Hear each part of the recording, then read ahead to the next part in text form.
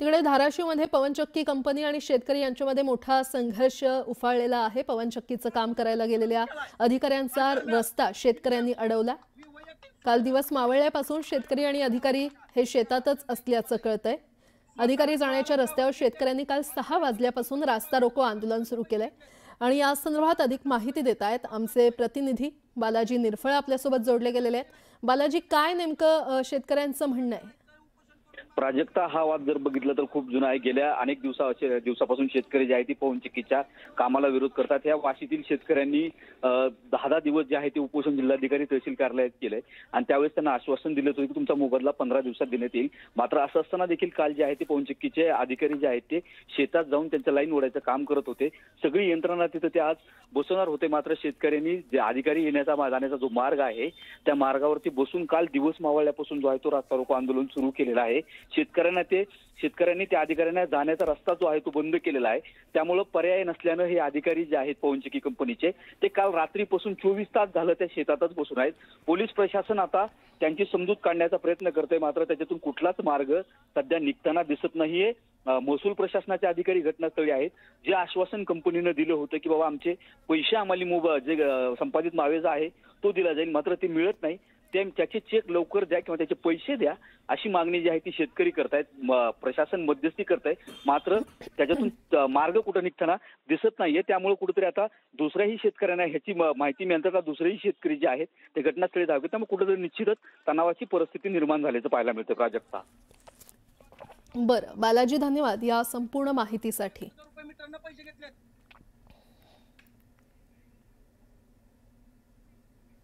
तर धाराशिवमध्ये कालपासून शेतकरी आणि अधिकारी हे शेतातच असल्याचं पाहायला मिळतंय। वाशी तालुक्यातील ही घटना आहे। शेतकऱ्यांचा कंपनीच्या कामाला विरोध असल्यानं त्यांनी या अधिकाऱ्यांचा रास्ता रोको केला। पवनचक्की कंपनी आणि शेतकरी यांच्यामध्ये पुन्हा मोठा संघर्ष निर्माण झालेला आहे। पवनचक्कीचं काम करायला गेलेल्या अधिकाऱ्यांचा रस्ता शेतकऱ्यांनी अडवला।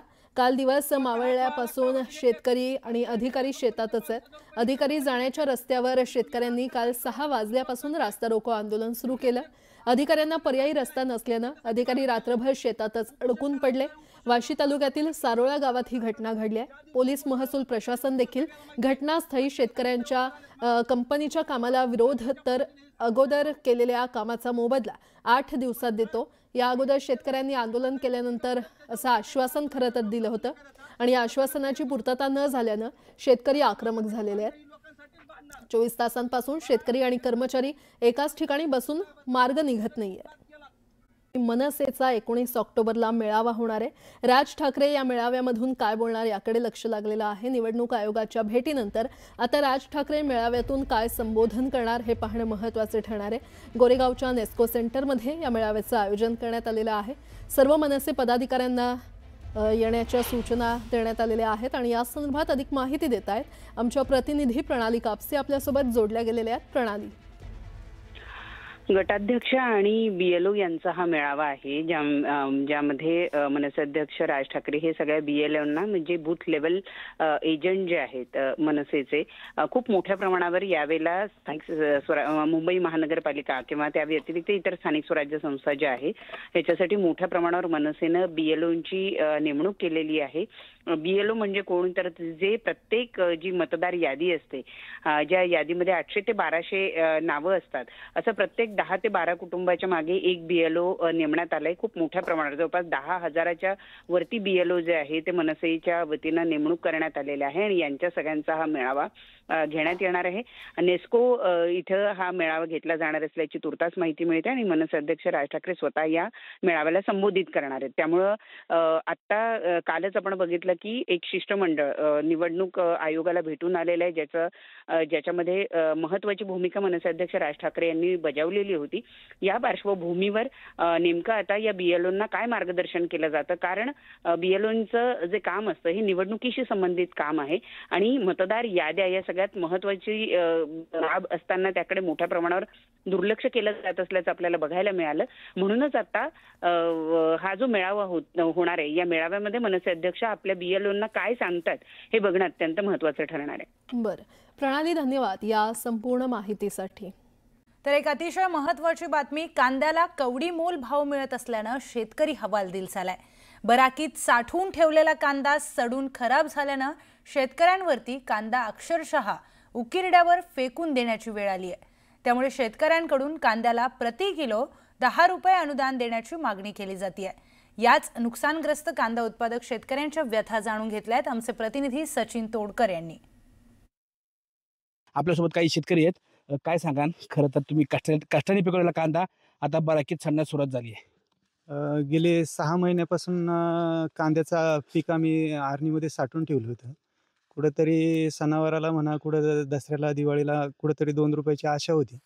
ह्या हेतूने आम्ही बाजार नसल्यामुळे साठवून ठेवला। कुठेतरी सरकारच्या आयात निर्यात धोरणं, चुकीच्या धोरणामुळे आज कांदा बराकीतच अजूनचा पडू नये। आम्ही हा कांदा बघू शकता, आम्ही एका व्यापाऱ्याला दिला होता, परंतु तो म्हणला 5,000 रुपये गाळ्याने द्या, आम्हाला देतो।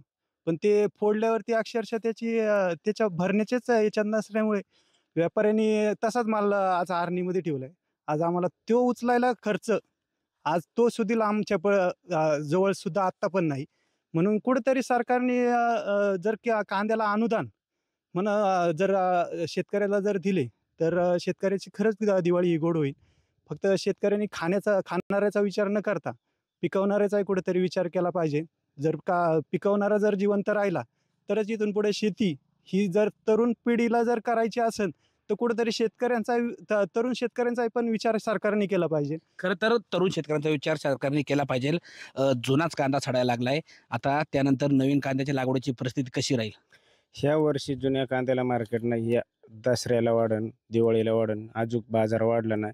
शासनाचं निर्यात धोरण पूर्ण हे नवीन रोपं टाकायची वेळ आली, लोकांना पहिल्याच वखारीतून कांदा गेलेला नाही, तिच्यामुळे नवीन रोपं टाकायला लोक विचार सुद्धा अजून शेतकरी करत नाही।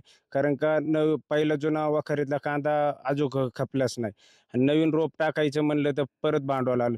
जुनाच कांदा उचलून गेला तर शेतकऱ्यांकडे नवीन रोपं टाकायला सुद्धा भांडवल शेतकऱ्यांचा हा अक्षरशः हात जमिनीला टेकलेला आहे। यासाठी शासनाने काहीतरी शेतकऱ्यांना काहीतरी दिलासा म्हणून हे पैसे द्यावा। शेतकऱ्यांनी बाजारभाव मिळण्याच्या अपेक्षाने साठवलेला कांदा सडायला सुरुवात झाली आहे।